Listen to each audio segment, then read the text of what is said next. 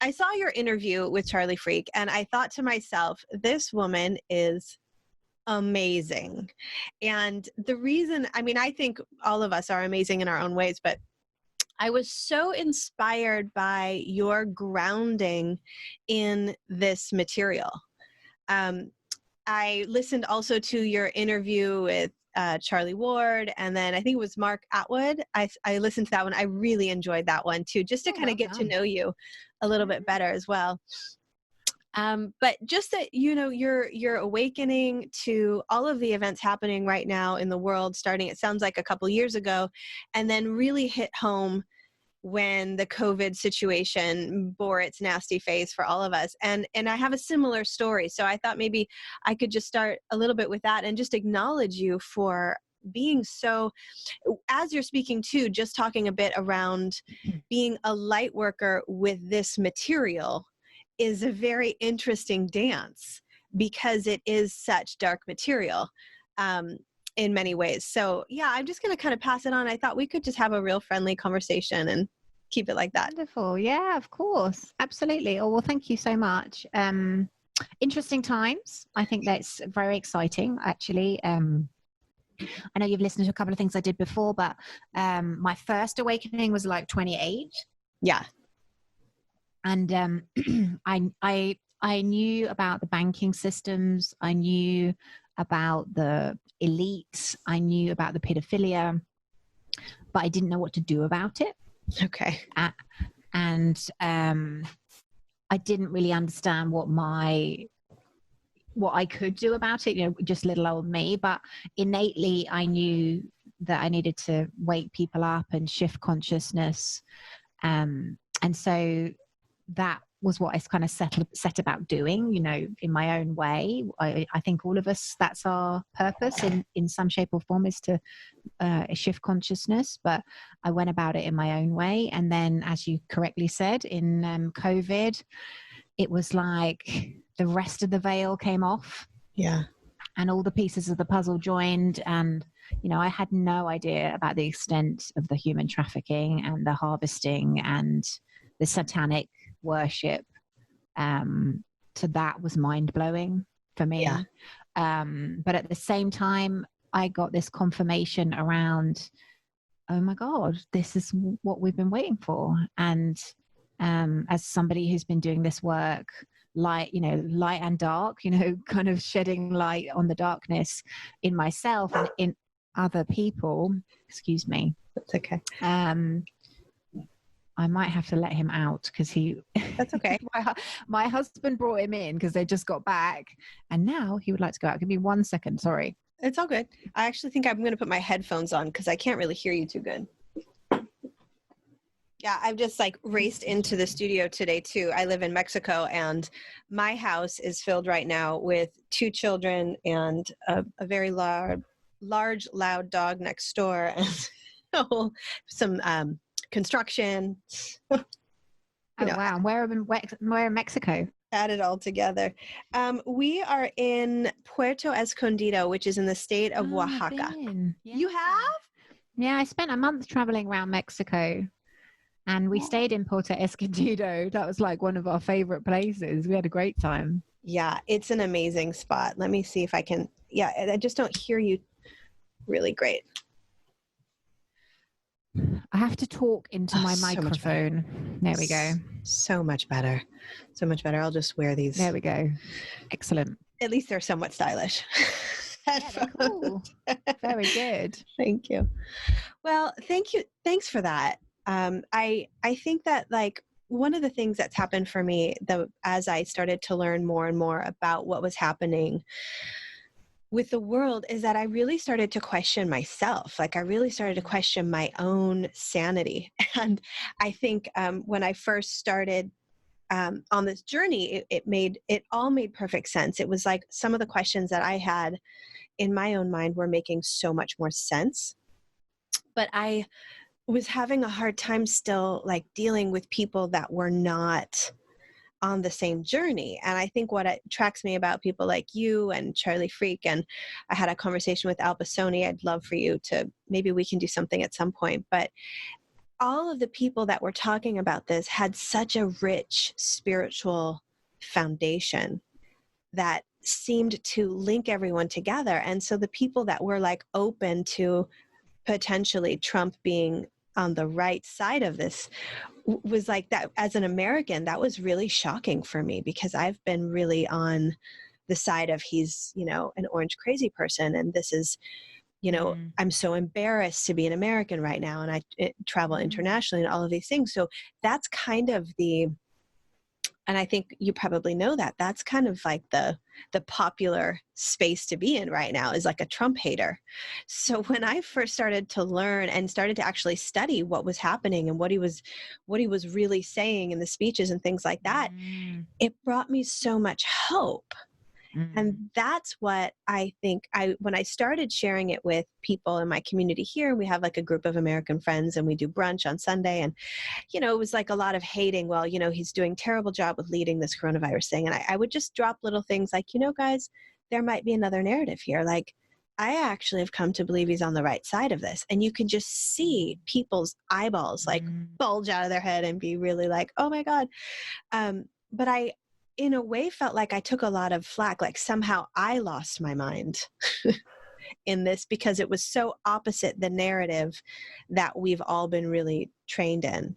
And so I guess I'm bringing this to you to really look at, like, how do you share this information and stay grounded in your truth, knowing that, like, no, this is real. Like, this is what I'm standing behind to a certain extent. And I'm the one like that's spending the time in meditation and reading the books and trying to understand things from a holistic perspective, because the people that I find myself in conversation with are very intellectual. So like they're like, maybe they're not in mainstream media, but they're, still involved in reading articles by Harvard professors and not realizing the extent of like the books that are corruption. Yeah, exactly. So I don't know if that made any sense, but that's kind of where I'm trying to piece a few things together for myself and for our community. Of course. Yeah. I am. Well, first of all, I would like to say that I was of a similar viewpoint to you only up until probably about a year or so ago. Okay. And then a very dear friend of mine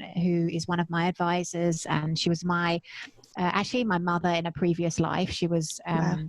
We were in Atlantis together, and she's an astrologer, and she's, 40 years into being an astrologer. And I think I wouldn't put it past her to be an astrologer in that life, but we were mother and daughter in that life. And so Wow. we have a very close relationship in this life. And she's one of my confidants. And she said, have you looked at what's happening in America? Because when I woke up, all those years ago, I understood quite clearly that the mainstream media was a narrative. And actually I understood that essentially it keeps us in a fearful state and place. That's obviously why the news likes to tell you everything that's going wrong with the world, because it's a way of keeping our vibrations low. Right. Now, I understood that. I didn't understand the extent of the fact that if we're in a low vibration, we become a feeding ground for entities and negative energies. I didn't get that at that point, but I innately knew that if I wanted to create my reality, I didn't want to be influenced by the mainstream. So I stepped out of listening to the news. I kind of just completely, I remember my father saying to me, how do you get on in the world? You don't know what's happening in the world.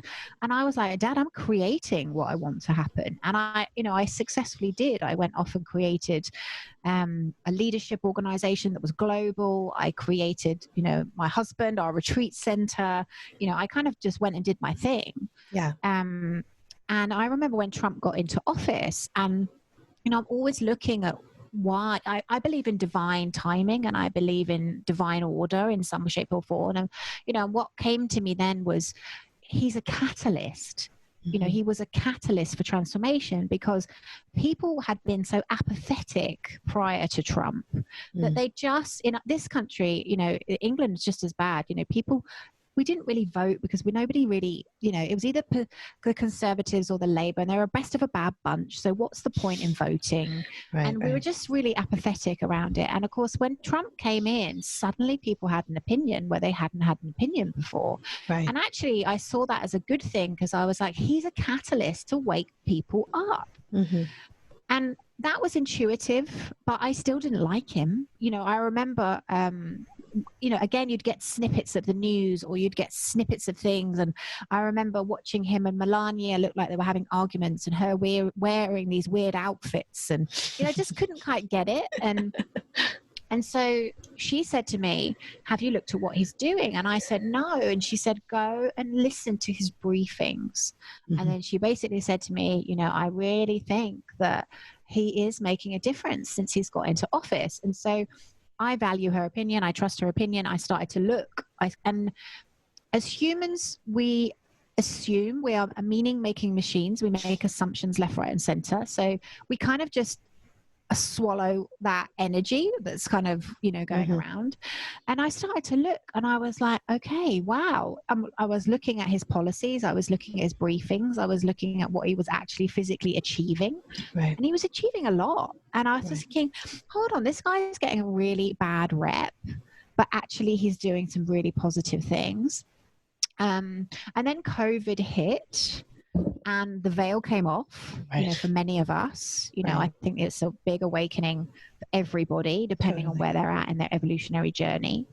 And I saw the extent and I was like, my God, the hidden enemy. And if you listen to how he talks, he's talking into a different conversation. So, what our friends, because my friends are similar, my family, they're in that scientific mainstream media conversation. Mm-hmm. Now, once you awaken a little bit further, you're in a different conversation and you realize that he's got code words to target certain areas. Like, I can't think what now, fracking is something completely different to what fracking is. Right. Everything's kind of, because he can't come out in the mainstream and say exactly what's happening, even though he really is now calling a spade, because for so long this stuff has been hidden and nobody's called it out. And actually, one of the first rules of personal development, if you want something to dissipate, you have to call out the person. Totally. So, and that's what he is starting to do now. He's calling out the bullshit of the mainstream media, and he's really presenting that so people can hear it. But unfortunately, I think people are closed, and I also believe we have contracts. It's almost like we are contracted to wake up at certain points in our life, depending on our own divine plan. Mm-hmm. So a lot of the people that we're talking to within our family, with our friends, my husband, I'm very open about that.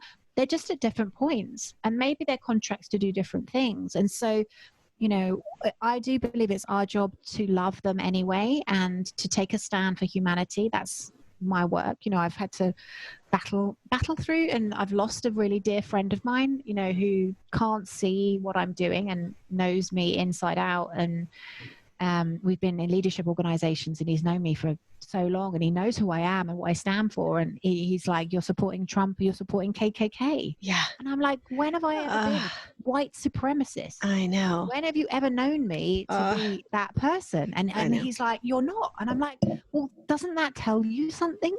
Right. Totally. Isn't there something that you're not seeing that I may be seeing? Right. And I do think when I say seeing is the right word, because if our third eye is not open, if we haven't had a lot of spiritual lifetimes on the planet, we're a younger soul, then the chances are there are things that we won't necessarily be able to see yet. Mm-hmm. So it's fascinating times. And of course, we have to not let it divide us. Totally. I think it's like the human part of us that is sad that we lost a friend, or that's been what's been very present for me in terms of my journey. Because it's like you just shared, it's like, me, I'm not a white supremacist, I love Black people, like, it's not about that.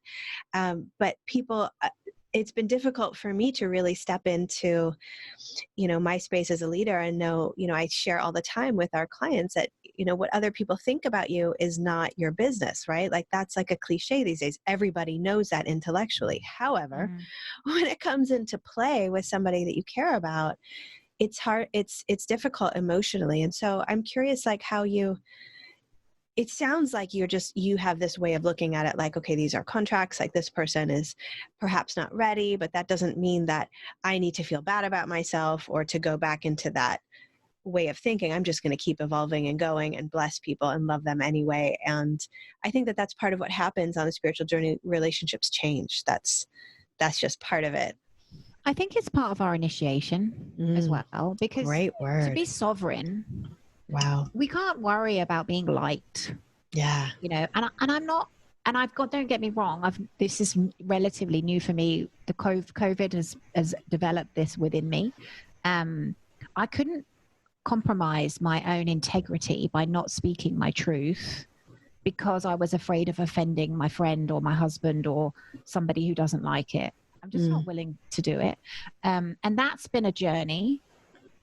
You know, that doesn't happen instantly and you suddenly go, you know, because we've got so much that we've picked up conditioning wise. And, but I just couldn't do what I do and not speak my truth. And it was more painful for me to not be out leading a charge and speaking my truth than it was, you know, and it has ruffled feathers within relationships and, you know, close relationships. Yeah. But I also think it's an initiation. You know, there's things that we're being initiated into this sovereignty, into this 5D energy, in a positive way, you know. But again, this is about us, you know, we don't have to hate someone just because we don't agree with them. You know, unity consciousness is that we are one. And if you and I have different opinions, you're still part of me. Right. You know, so beautiful. I'll love you anyway, even if we don't, you know, as long as we can have a healthy boundary around how that looks, you know? Right. Well, I think that's an interesting segue too, just healthy boundaries, because that's it. Loving someone doesn't necessarily mean we like you either. Like I can love you, but not really like you very much. And if I don't really like you very much, then that doesn't mean I need to be spending, you know, time with you or anything like that. Because again, if we're sovereign and we're committed to our purpose, and as you call the Dharma, like when you're committed to that, then that's the most important relationship in your life is that commitment to your service, to how you perceive the divine. And that's been what's kept me going. But at the same time, I do find myself being challenged. I like your idea of an initiation, because it certainly feels that way. Like, because I've been told, you know, by close friends and family, like, you know, this is not your, don't go here, you know, stay in the light. Just if you want to talk about 5D consciousness, do that, you know, be in the light, but don't talk about, you know, the things happening in the world. And that's a hard one for me to accept, because I believe that this is a transformational process for all of us, and that it would be like a spiritual bypass to totally, yeah, right, to not go there. You have to integrate your shadow. Yeah, you can't, you know, and this is what we're doing as a collective. Right. We're integrating on an individual level, but we're integrating at a collective level. It's just the collective isn't ready for it. Yeah. So there's a minority of people who are privy to and awake to the level of satanic abuse, and the fact that actually, you know, we have got light and dark and good and evil on this planet. We just haven't been awake to it. Right. But we have to transmute it to move up. And that means feeling all the feelings and emotions that, you know, you feel when you realize how many children are being abused on a daily basis. You know, it's just, so I also think that, some people aren't ready for that. So again, you know, next year will be fascinating, because the people who have been told that they're crazy conspiracy theorists and weird and different, you know, that a lot of this is going to come out in the mainstream. And I am in the conversation that I believe that Trump is waking up humanity, because a lot of this stuff has been done behind the scenes, but it has to come to the surface. It has to come out. And actually, I do believe that we are being shaken to be awakened, because we don't change when things are the same. You know, my breakdowns have been my breakthroughs. My hardest moments have been also my best moments. And humanity, if you're asleep, you know, I think it's interesting how it correlates, like somewhere like Australia, for example, which is very middle class. You know, there's in the politest possible way, it's, you know, suburban, it's no real culture. Like some of my dear friends live there, but their lifestyle is just working, going out the weekend. There's no depth to it. Yeah. You know, and so they are really being squeezed because you know, it's the only way they're going to really go, what the hell is happening here? This is completely out of proportion to what is happening. And therefore they will question, therefore they will start to look for answers, therefore they will wake up. Yeah, that's beautiful. It's so beautiful. You know, I'm a student of A Course in Miracles. I don't know if you know that material, but there's a great line in there that says that in the Bible, Adam fell asleep, but he has yet to wake up. And so there hasn't been a great awakening, but it is our function. It is our purpose. We are God's plan for salvation. Like, we're the plan. Our awakening to our divine reality is the plan. What we're looking for. Yeah, exactly. Which kind of resonates for me a little bit with this Q idea that, like, trust the plan, but that we are the plan, that the people in Australia and the people that are really in that kind of, I think Sasha Stone calls it the dream spell, you know, like you're just like kind of going from here to there. You're not really aware of how you are participating in this agenda by not questioning it, by not being aware that there's more happening. And so when you talk about like the depth of living, that's why I'm attracted to this movement, because I think that the people that are speaking out about it have a spiritual container that they're sitting in, essentially, as they are supporting their communities and holding more and more space for this conversation, which is heavy. I mean, I think I was in bed at least 3 days. Like when I started to learn what was happening with the children, like there are times when I'll just be walking and I just can't, like, I just can't believe it, you know? And that's like that, I guess, the cognitive dissonance that seems to be running around, you know, our community. Like we just don't want to deal with it. But at the same time, it's only in dealing with it that we can transcend it, which requires spiritual practice, which requires an awareness and awakening. And yeah, but it's like heavy. Yeah. Yeah. It is. And it is mind-blowing. It is shocking. Like, it is completely, to think that this has gone on under our noses for thousands of years, you know, to the extent that there are deep underground military bases where children are trafficked across the continents. It's just completely mind-blowing. And I think that's where people struggle with it. But when you analyze it and when you look at, you know, Hollywood and how Hollywood is just even looking at the number of people that are pulling Illuminati signs and signals, like that's the bit that I think is undeniable. There's so many things that just can't be not true. Right. And then you obviously feel into it. But I think it's also dependent on, you know, if I look at my stepdaughters, they're 18 and 21 and they're very social media savvy. Mm-hmm. So, you know, if they're following people, like obviously my stepdaughters follow me, and they're off and they'll go and watch things and they're open, you know, and they don't have that conditioning and they're not closed down. And I think they're obviously, you know, quite evolved souls. They get it. And I think the younger generation can see it. Whereas if your news source is the BBC, or you're not really particularly social media savvy and you've always relied on the mainstream, then you won't see it. Mm-hmm. But you will see it, I think, as of next year. I think next year will be really interesting. You do? That's kind of comforting in a way. The reveal year. Is it? Because you know, in the beginning of it was like, oh, there's going to be 3 days, like right around Easter, and then it was going to be in July, and then I think there was a lot of like, is this going to happen? And why not just say it? You know? And anyway, go ahead. No, I was just going to say, I think that if you're looking, you're seeing. So once you're awake to it, like I've seen the amount of arrests I've seen around pedophiles and children being rescued already. Mm-hmm. You know, if you're looking for it, you can see the signs that things are changing. And then you can see things like people delivering pizza boxes. Yes. Have you seen that? Yes. Okay. So there's things there that if you're awake, you can spot. But again, most of us have been asleep.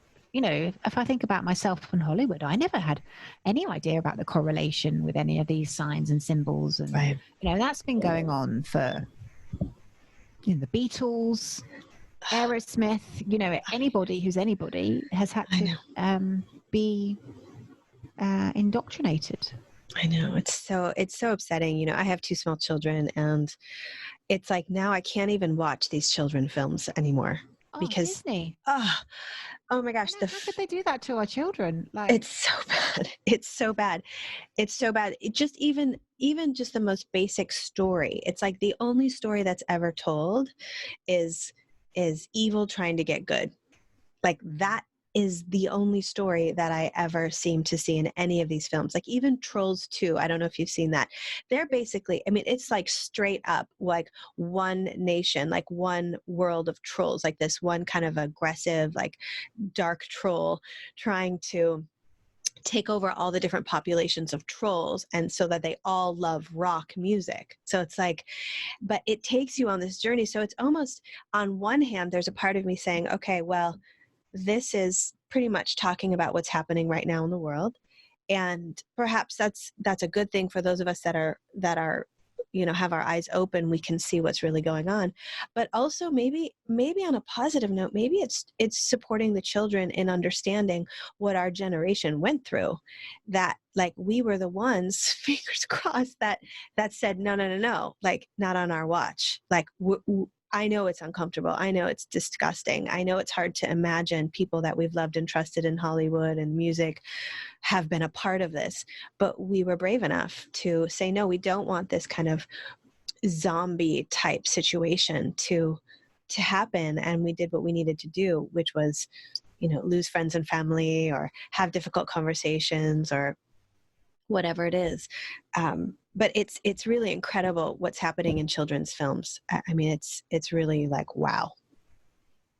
Yeah, and I think they're archetypes as well. So we've been fed, as well as watching the films where there's like subliminal messaging. Right. We've been fed the archetypal stories. So, you know, the princess finds her prince, and then those archetypal stories are used within the mainstream to then buy the collective's emotional energy.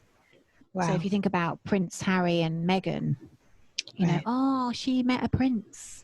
Wow. You know, and then who doesn't want a happy ending and a, you know, a fairy story? And of course, that's how the energy of the collective is utilized, and then they get the collective support. So it's very clever. And I think what I like in a weird way, like I always remember being a kid and thinking, is this it? Like, is this all there is to life? Because it felt so one-dimensional when I was younger. And I obviously I came from a very atheist family, and that wasn't really my thing. And I remember thinking when I was little, I remember having weird and wonderful kind of psychic experiences and everything, but I kind of shut those down. And then I remember thinking, is this all there is to life? And then I think when I woke up, that was just like, wow, you know, life is incredible, you know, and especially doing what I do, which is teach about Dharma and purpose. You know, when the guys come and they get on,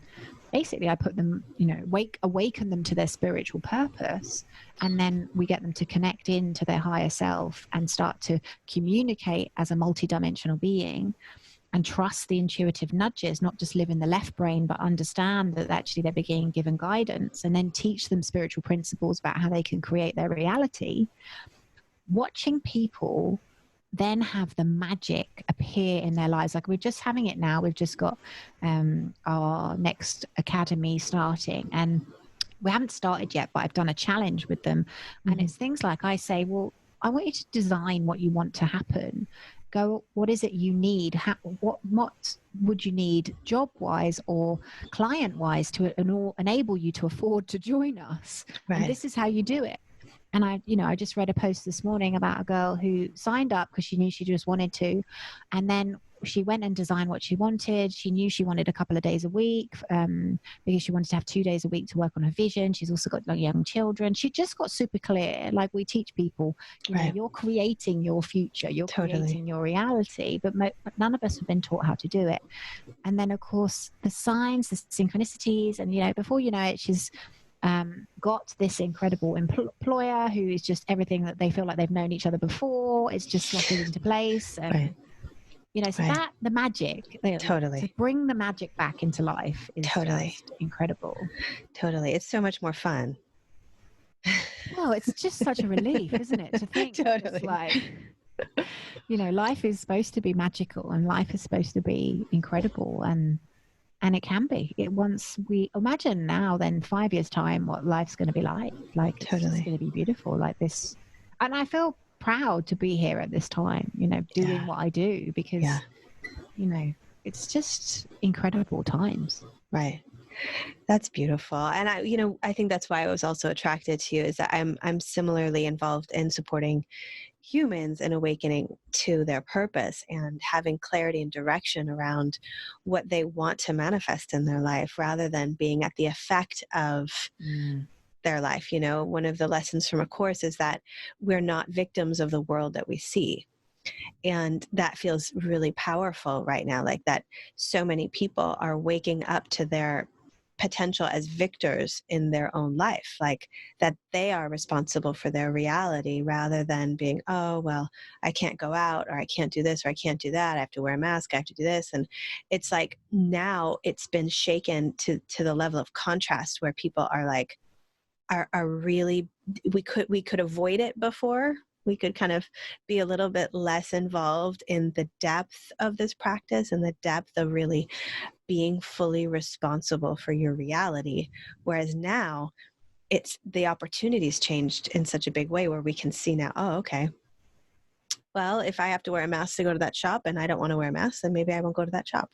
Or maybe I'll just not wear it and see what happens. Like I'm seeing a lot of people get a lot more courageous and brave, even just around the mask business.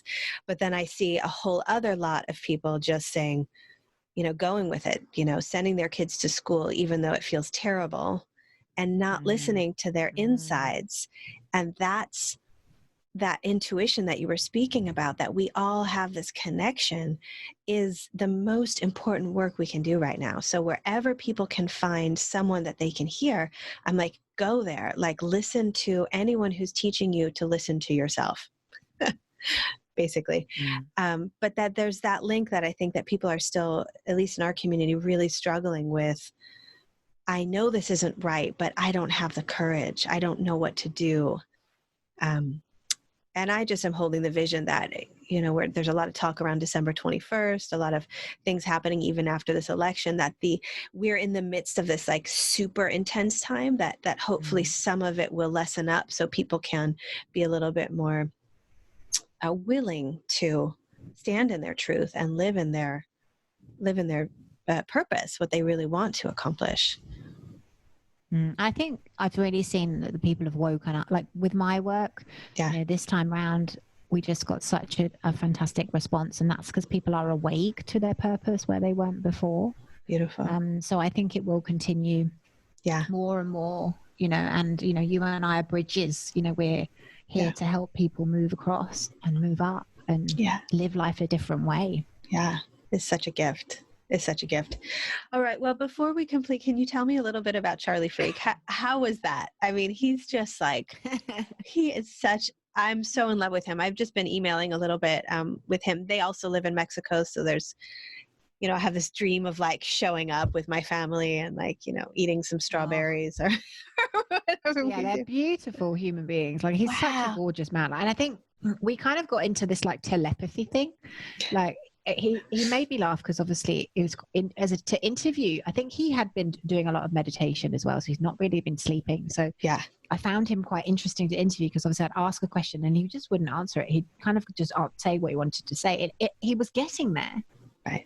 But then when we got into this flow, we're like in this telepathic, I knew what he was describing, and it was like he was transmuting the information into my brain, because he wouldn't finish what he was saying, and I had this vision of what he was talking about. It was really interesting, and I think, you know, that's kind of testament to the level he operates on.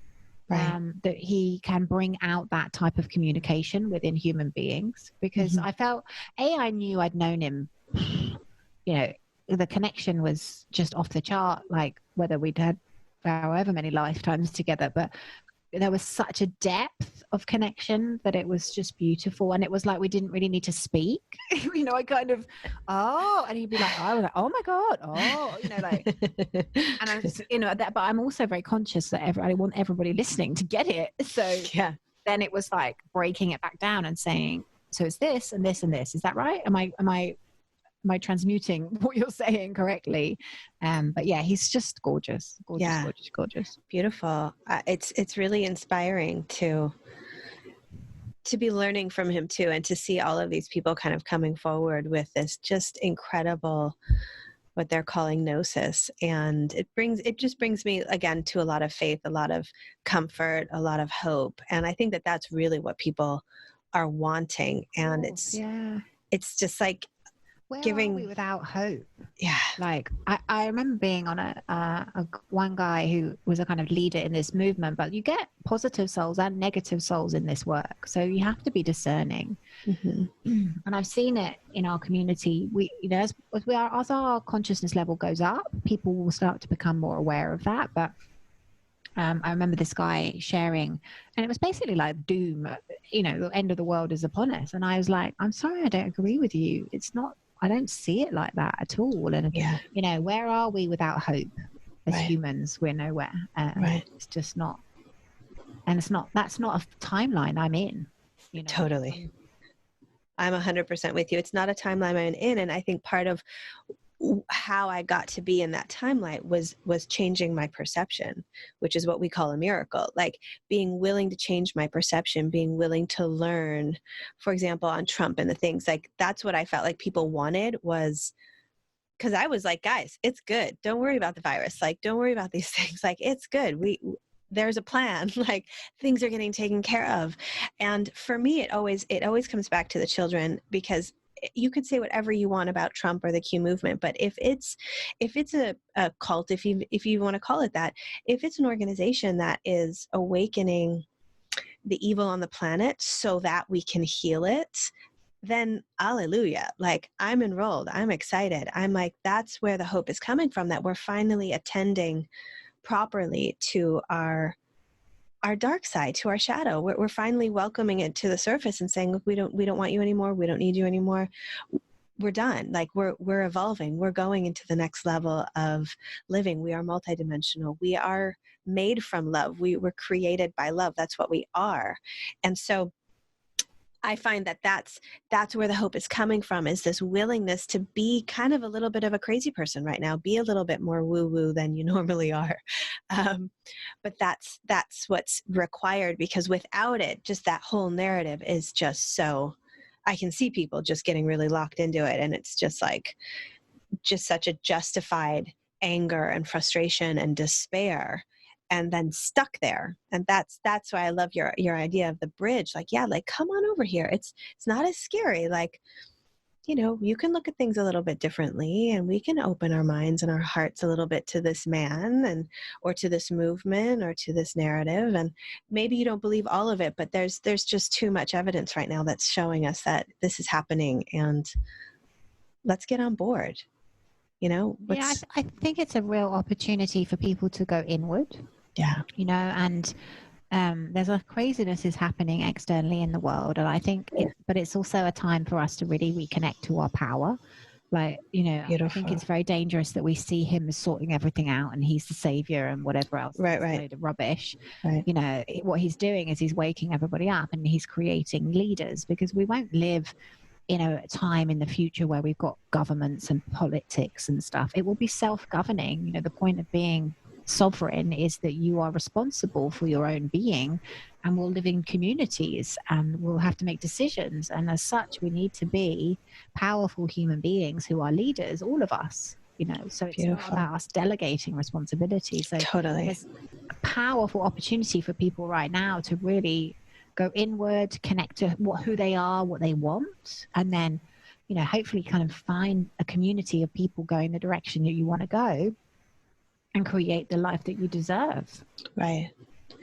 And following that guidance, like following what you're hearing. And, I said to a client yesterday that I feel like I'm already, to a certain extent, in the new earth. Like I'm already living, on the coast of the Pacific. Like we already have a community. Like we're not at the effect of a lot of these things that are happening in some of the big cities and in the UK and in the US right now, in Australia and South Africa and so forth. But like the children are already in a program that is self-directed, that is about honoring their sovereignty. It's not about telling the children what they need to learn. It's about nurturing what they're excited about. Like, what do you want to learn today? Like, what do you want to? So we're already there, and that's how I know it exists. It's just supporting the others in listening to that. Like I had a client the other day who was just like, but this is where I live. Like, this is what I'm doing. And I was like, well, what's stopping you from creating a new reality?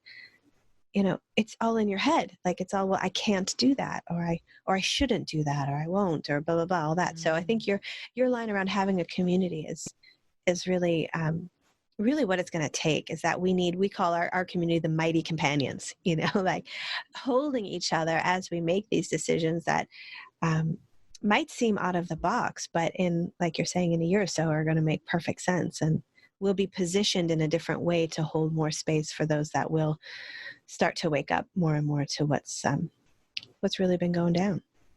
Yeah, and I think we've kind of got our stuff out of the way. Hopefully. Not that it ever stops, but to a degree, we've got so we can help and serve other people at the moment. Right. Just amazing. Well, what else do you want to share? Anything else? I'm just so happy to be in your presence today. I really feel delighted to find another like-minded sister in the world who's just really sharing the love and doing great work. I just have been really enjoying your podcast. And great, thank you, and lovely to have you here, and really nice of you to reach out. And I think it's really important that we do connect with each other. It's so important if we find kindred spirits that we're supporting one another and connecting with each other. But just a big shout out, really, if people are interested in, my work is very much in creating a life in alignment with your soul. So helping people uncover their purpose, first of all, and understanding this concept of Dharma, which we didn't really get into today, but I know. Kind of in a nutshell. Go for it. Yeah. It's kind of your correct path in life, your right path of action, and how you know that you're on this path is because you feel happy, you feel healthy, things flow. And there are kind of principles that I teach people around how that they can do this, as well as uncovering what it is, their soul gift. And then we do that work together as a community. So whether you want to be a £1 million portrait artist, or a Reiki healer, or a spiritual teacher, or a shaman, or whatever it is that dream you've got, but you don't quite know where to start, and you don't think you're necessarily good enough, but you desperately want to do it, that's kind of what we do. We take people through a process to support them, love them, help them stay accountable, help them keep moving forward. And when do you think this will go out, Marie? Beautiful. I think within a week or so. Yeah. Okay, so we're just about to start what we're doing. So if it resonates. Yeah. Well, we'll see if we can do it a little bit sooner. And what I love about this conversation is that the truth is true. Like the truth is true always. So whether it's in Dharma or it's in Course in Miracles, like there's a similar theme there around how will you know you're living your truth, is that you'll be at peace. You'll be happy. You'll know. And that's such a beautiful path to be on, to support others in doing that, but also that we get to live that. Like, what a benefit for us that, like, that's what we get to do in the world. And it just feels like such a privilege, which has gotten me in to be like, okay, well, let's just get this out there, because if I get to do this, I want everybody who wants it to also have accessibility to people like yourself that can that can support them in learning the principles and the tools and how this whole thing works, because that's really a part of it. These are not the things that we learned in school. So, as an adult, we need to learn and be open to that. And that's really the Course says that that's all that it takes is willingness. It's just that you're willing. So, beautiful. Yeah, thank you. Thank you so much, Aloise. I'm just delighted to be with you today, and I'm looking forward to our next time together. Maybe we'll put together a few of the other gals that I'm chatting with. That would be a fun thing to do as well. And thank you. Thank you so much. Lovely to see you, Marie. Lovely to have everybody here listening, and yes, get in touch. And before we complete, do you have a moment? Could you tell me anything that you have on forgiveness? We're about to start a forgiveness challenge, and I wonder what your community, if that's a concept that you guys look at, or what that would mean from a Dharmic perspective. It's not really kind of a principle of Dharma, but I'm an energy. I believe everything is energy. So what we talk about is transmuting the lower level vibrations and emotions that we carry around. Right. So if you're somebody that's carrying around a lot of anger or frustration or resentment or judgment, then actually the only person you're hurting is yourself. Totally. Because, you're clogging up your energetic system. So the way we kind of work with it is we ask people to go through those traumatic events in their lives and get in touch with them, and then really release the emotions that they're carrying around that.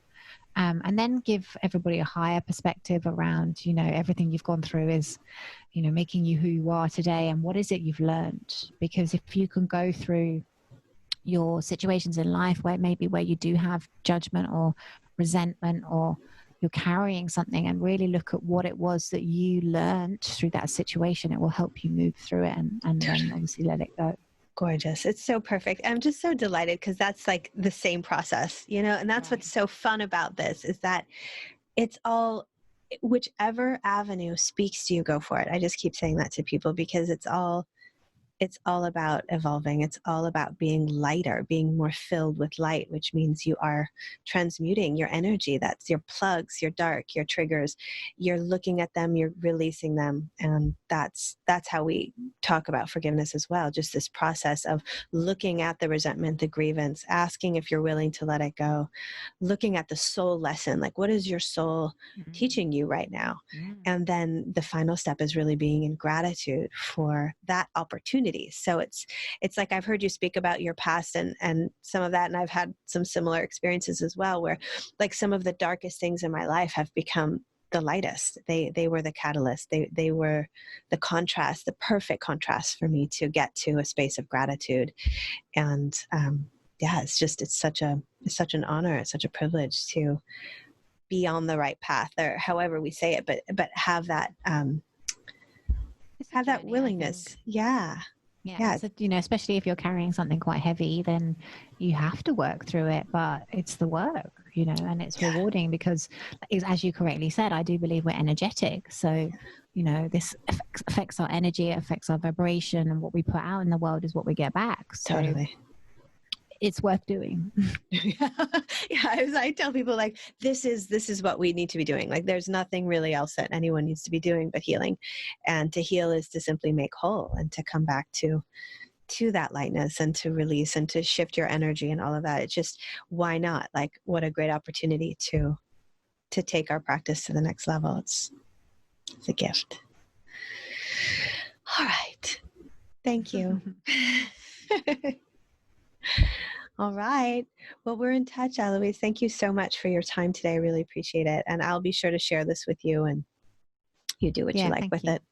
Yeah, send it to me. That'd be great. I will. Lots of love to you. We're in touch. Let's, keep our eyes open, see what's next.